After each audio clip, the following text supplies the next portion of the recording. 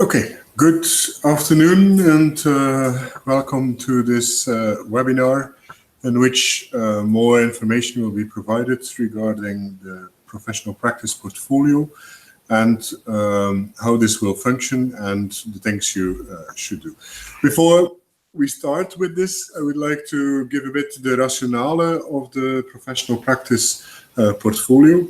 So when we designed the program of IMBRSea with the current consortium, we were discussing a lot on what to do with the element of professional practice. And because it was believed that it's an important element of a study program, so it's validated for 12 credits, which is quite a lot. Yeah, we also wanted to set up a system that allows you, in the first place, to follow up how you evolve through the professional practice, but also that allows us to kind of see how things are going during the professional practice and where we can also closely follow up how things are evolving.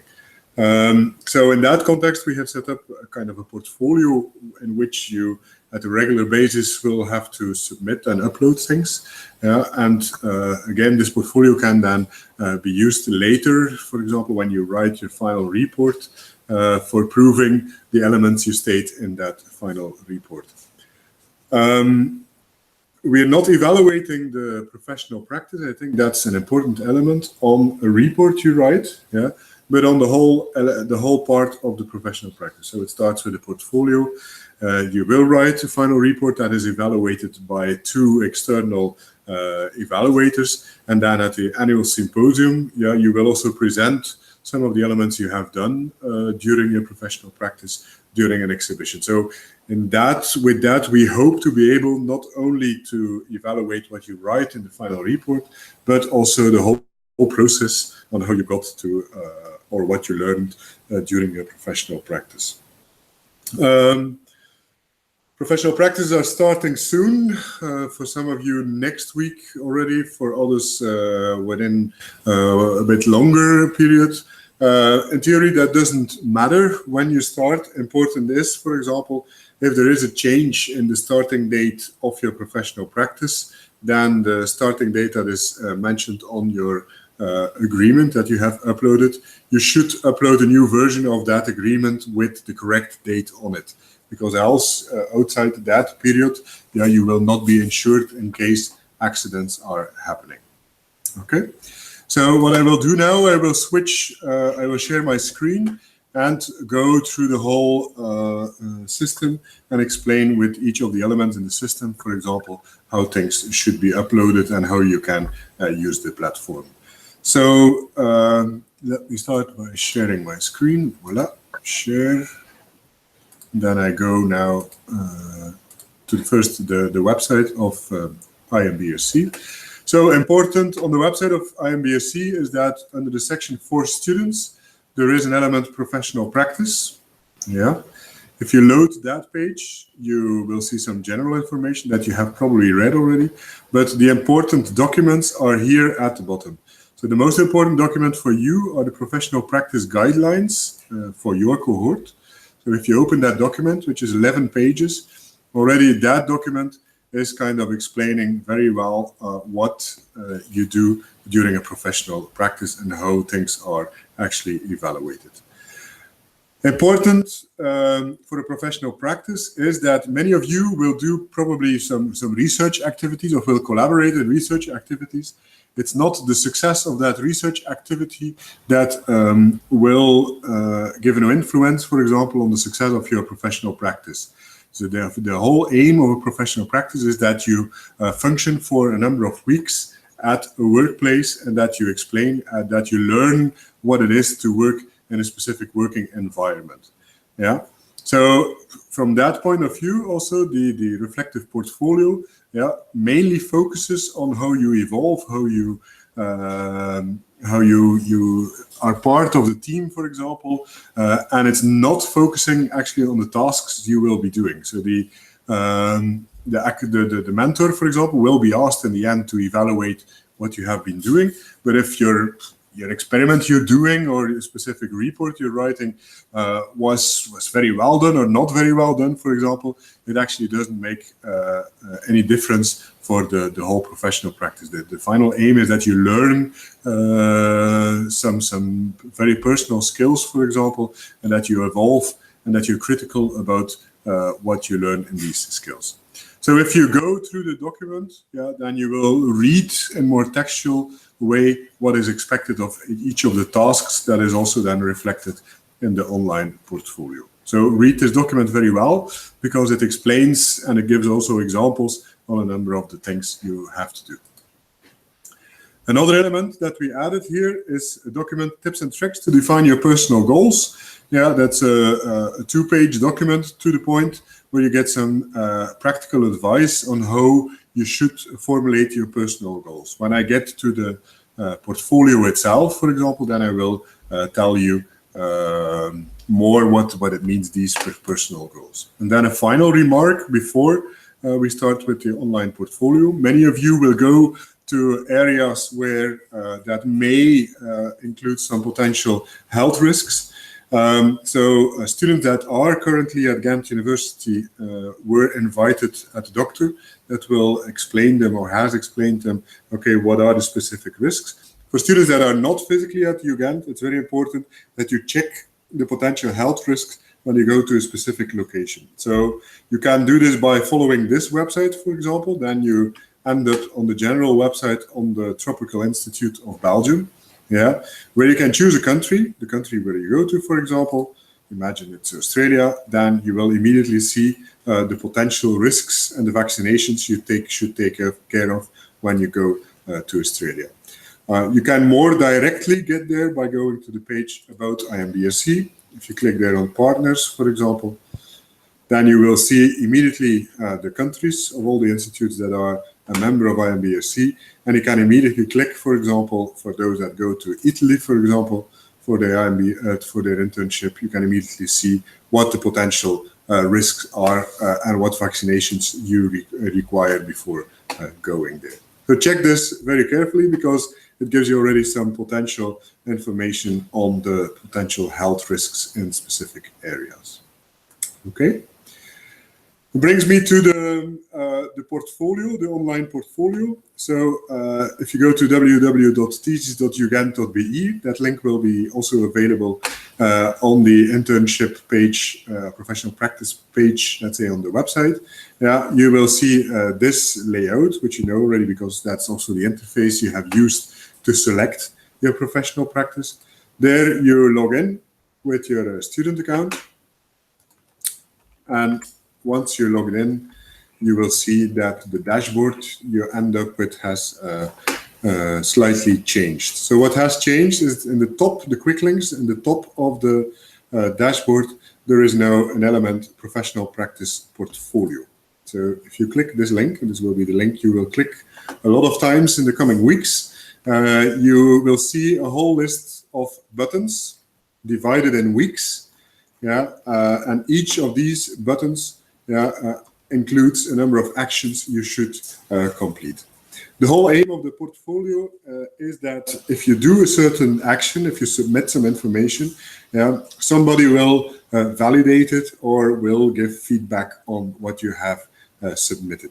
So if you submit, for example, the report of an initial meeting, automatically your supervisor will get an email with also the content of the report of the initial meeting. Yeah, but also here at the coordination office, the people that are in charge for following up the professional practice will get that information and will be able to validate it or give you feedback, for example, on elements that were forgotten or where you should put special attention to. Yeah. So each time you upload something, buttons will appear in the second column or a status will appear.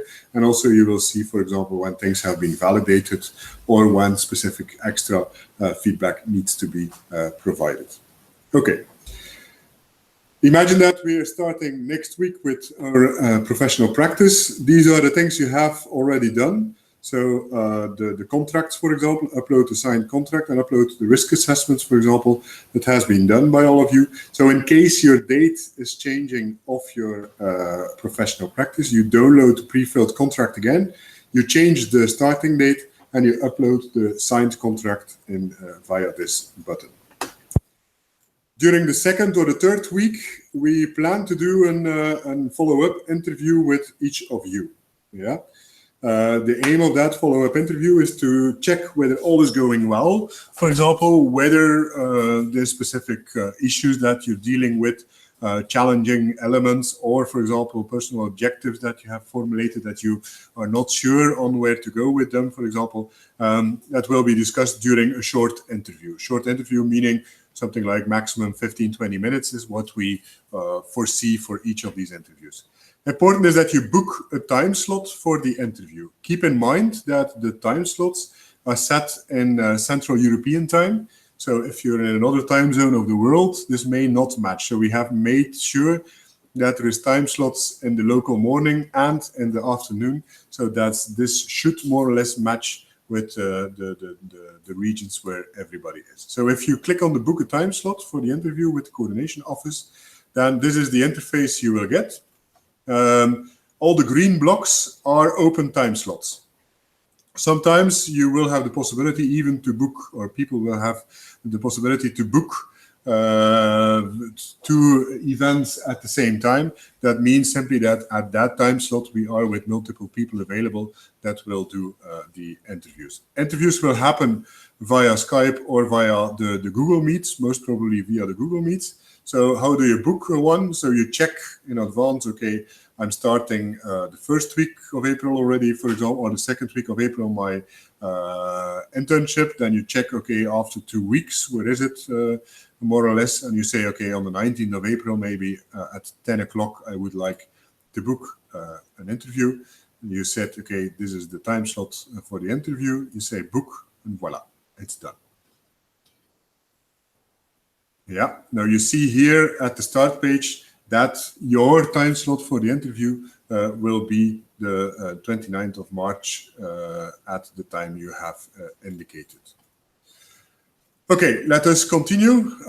Once you started your actual internship, then so you will work on a weekly basis. You will have to do a few tasks. The idea of these tasks is that you kind of on a constant basis kind of report. We made it sure that it's at the lowest level of time you have to spend on it. So in case you like to write a lot of text, of course, you're free to do so.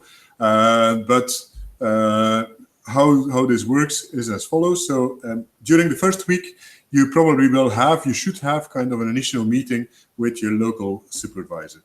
So during that first meeting, you will discuss a number of things, yeah, and you will decide on a number of things. And the idea is that you give here, so you indicate when was the meeting, from when to when, yeah, in this form. You will, in bullet form, so you see here there's 2 lines of text that include, okay, what elements should for sure be in there. So who was present on the meeting?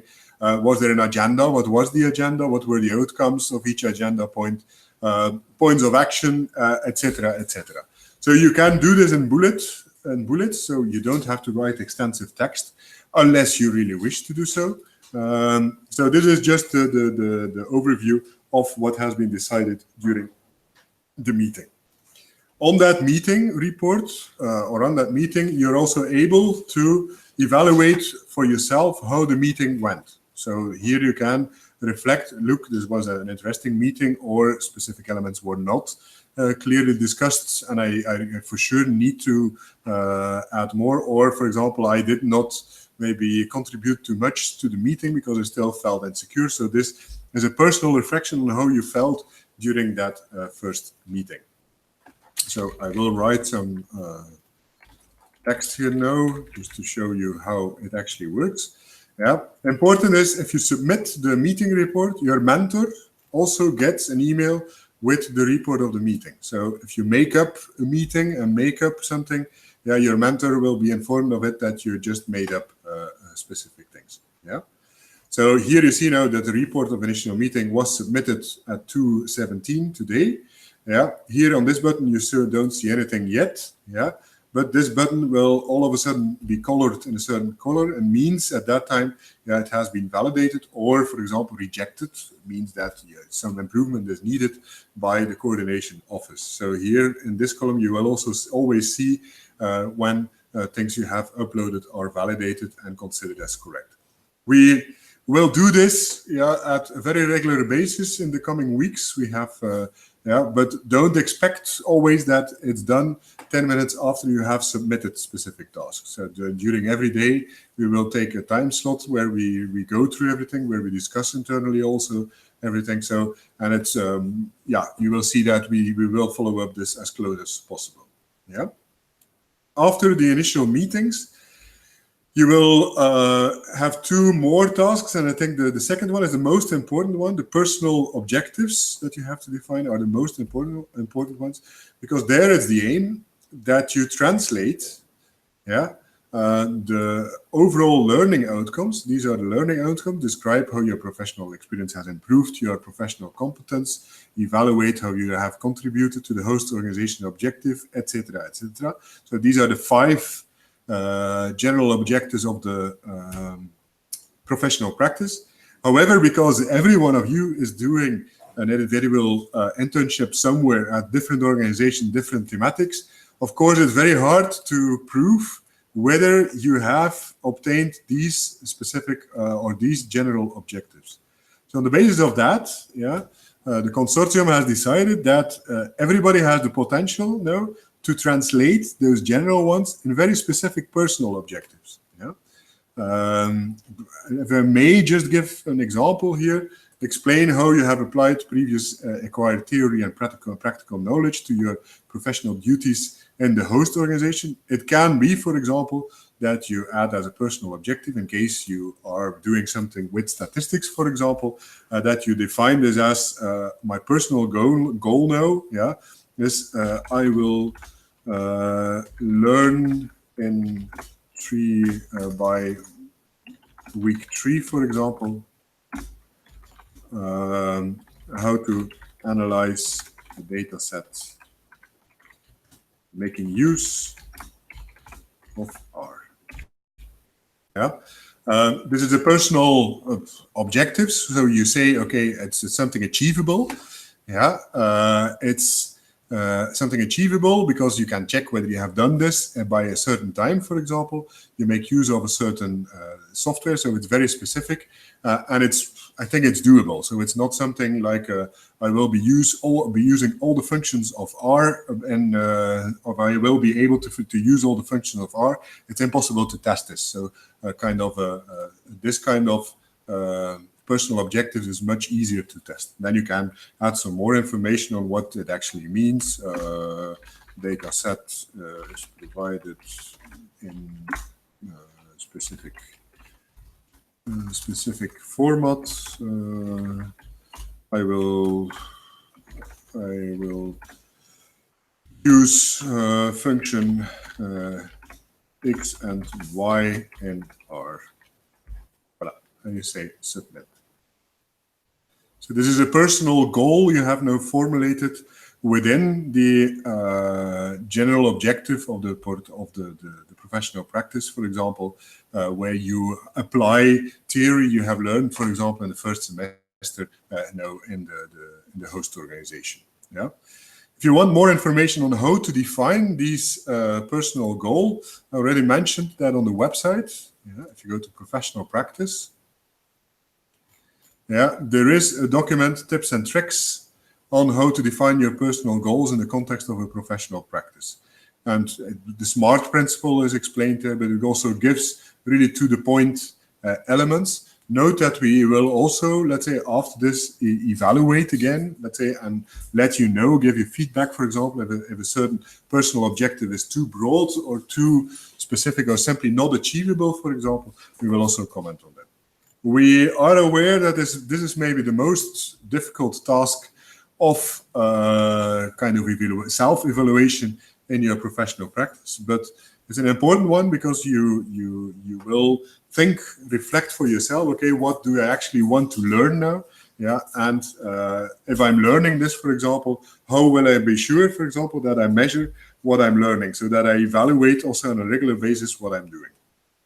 At the beginning of the system, at the beginning of the professional practice, you have to provide at least one personal objective for each competence. Yeah, but during the professional practice, you can add more. So if once you're in 1 week for example, and you see, oh, I have the possibility here as well to learn this or this, for example, or my mentor asked me to organize a meeting, yeah, then one of the personal related, for example, to future employment prospects, for example, you will then be able to write, for example, I will organize a meeting with agenda and reporting.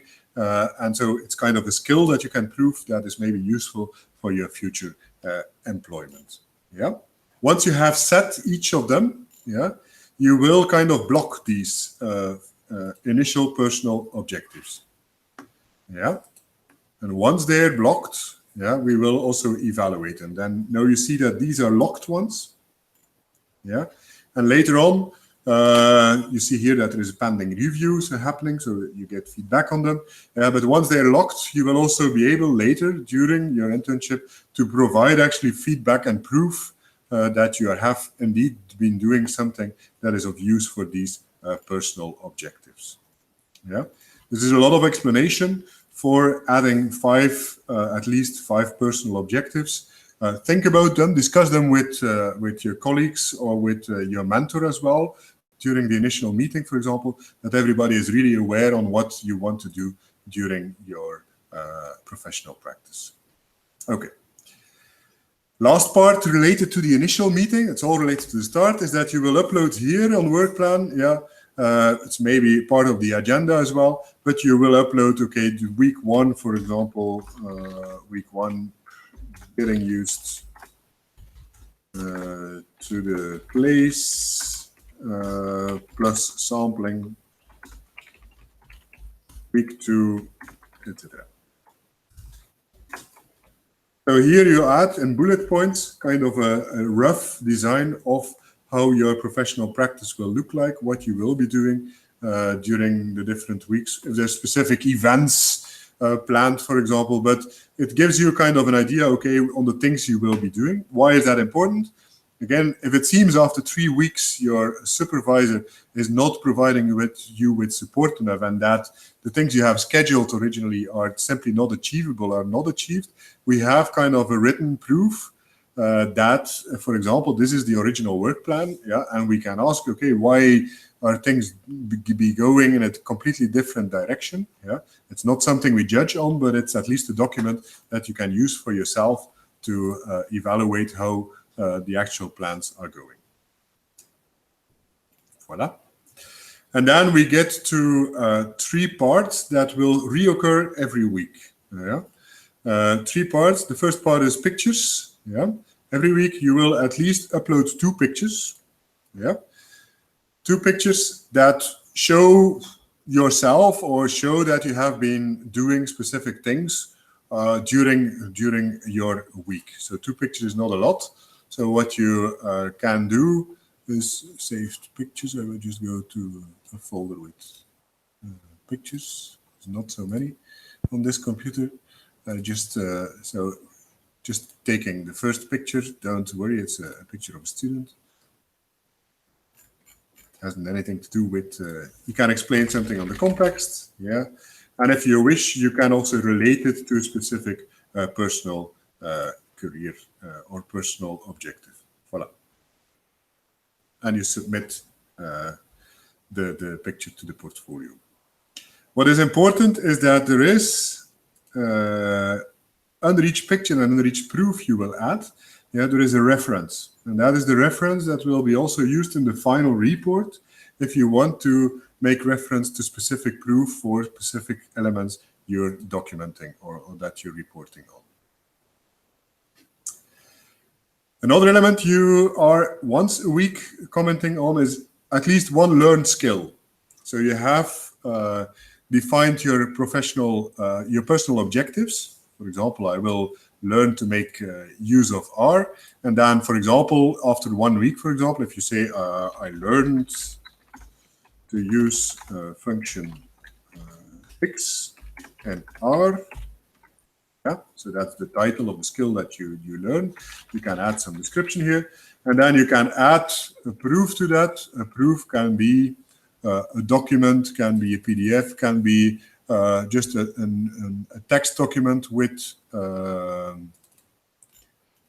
example, a text document with a link to a YouTube video, for example. That's also explained here at the top, that you can make reference to a movie. You upload it, the proof, yeah, and you submit that specific thing. So per week, at least once, you have to add a specific skill you have learned.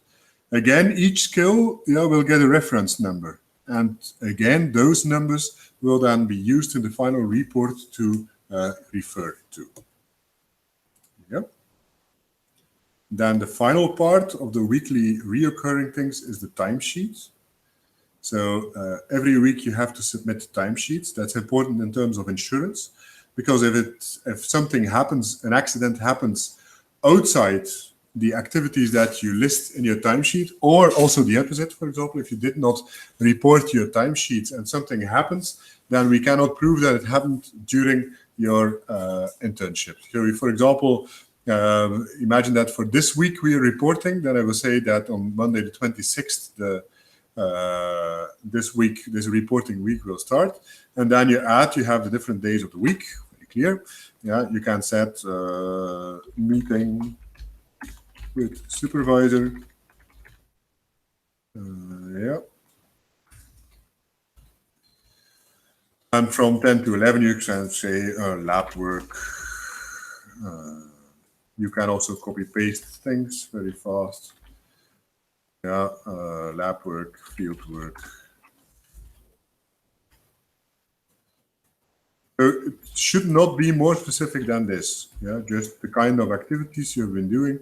So every time you're outside in the field, for example, there we suggest you to indicate it. You can be rough in this context, but again, this is related to insurance reasons. So if you're not at the place, for example, if an accident is happening in the field, and you indicate in your timesheet that you are doing lab work, then there might be some discussion about that.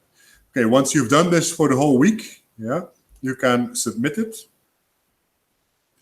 And then your supervisor will get an email where he will be asked to report whether indeed the timesheets you have submitted for that week are correct or not. It's just a validation that he has to do. Voila. So I've explained the 2 pictures a week, the learned skill and the timesheet. You will see always those buttons at the side. If these are validated, for example, then you're sure that you're on track with the things you have been doing. During the second week, because during the first week you will get used to the institute where you are working. During the second week, we ask you to briefly report on that. And describe your institute, you will be able to add here some comments, where you describe what are the scientific and professional objectives, the tasks, what is the institute or the research lab where you're hosted, what are they specifically doing. You can get this information from talks with colleagues. You can by research of internet or written sources, by folders, by flyers. The whole idea there is that you learn what the institute is doing, so where you are working. Kind of an important element. It's not because they offered a nice and attractive professional practice to you that you also immediately know, what is known for the whole institute, what are the activities they're involved in. In the second box here in that reporting form, we ask you to reflect also on it, from a personal point of view. If you read now through, and if you have written down the elements you have written for your institute, which ones are now important for you, which you say, I think I will learn here a lot on this specific aspect, for example, or this is personally the most important element for me and why I like it to be, for example, at that institute. So it lets you reflect and also come back later in the final report where you will actually be able to copy and paste a number of the things you have been writing here already. Yeah. So once this is done, you just submit it again. Then we have the typical ones again, which is the pictures, the learned skills I already commented on, and the timesheet. Also, you see a button here, which you cannot click on, which is the report of the interview with the coordination office. Let's say if the interview is not happening in week 2, but in week 3, for example, that doesn't matter. Yeah, then this block will, if it's happening in week 3, this block will stay gray because it will happen on the time slot that you have actually indicated here, which is April the 19th, for example, from 10 to 10:30. So if the interview is done, we will upload a report of that interview. We will provide a report, and once the report is uploaded, you will see it appearing here, and you will be able to validate that report as well, or you will be sure, for example, that a number of the key elements that were discussed were correctly taken up at the interview. Yeah. So that's week 2. Brings us to week 3. Yeah. During week 3, same things happening again: pictures, learned skills, and a timesheet. However, there's some more different things.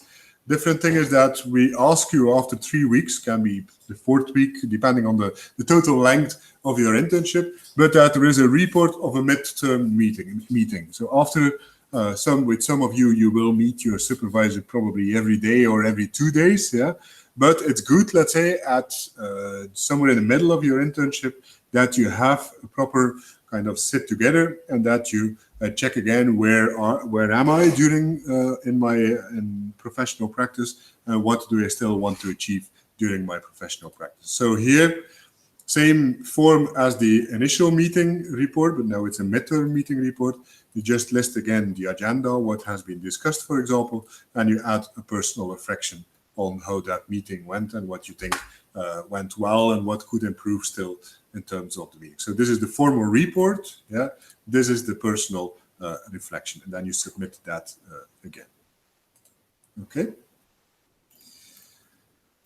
During that week or in those week, what you should do as well is interview one of your peer students. Yeah, peer students. We will use a mathematical model to assign you, each of you, to a student in the cohort. It will for sure be a student that is not doing an internship at the same institute where you are. And the aim of this task is that you are creating some kind of awareness on what other people are doing in a very similar context. So you will know the situation already where you work together in teams, where you always have the feeling that the other one is doing less than what you are doing.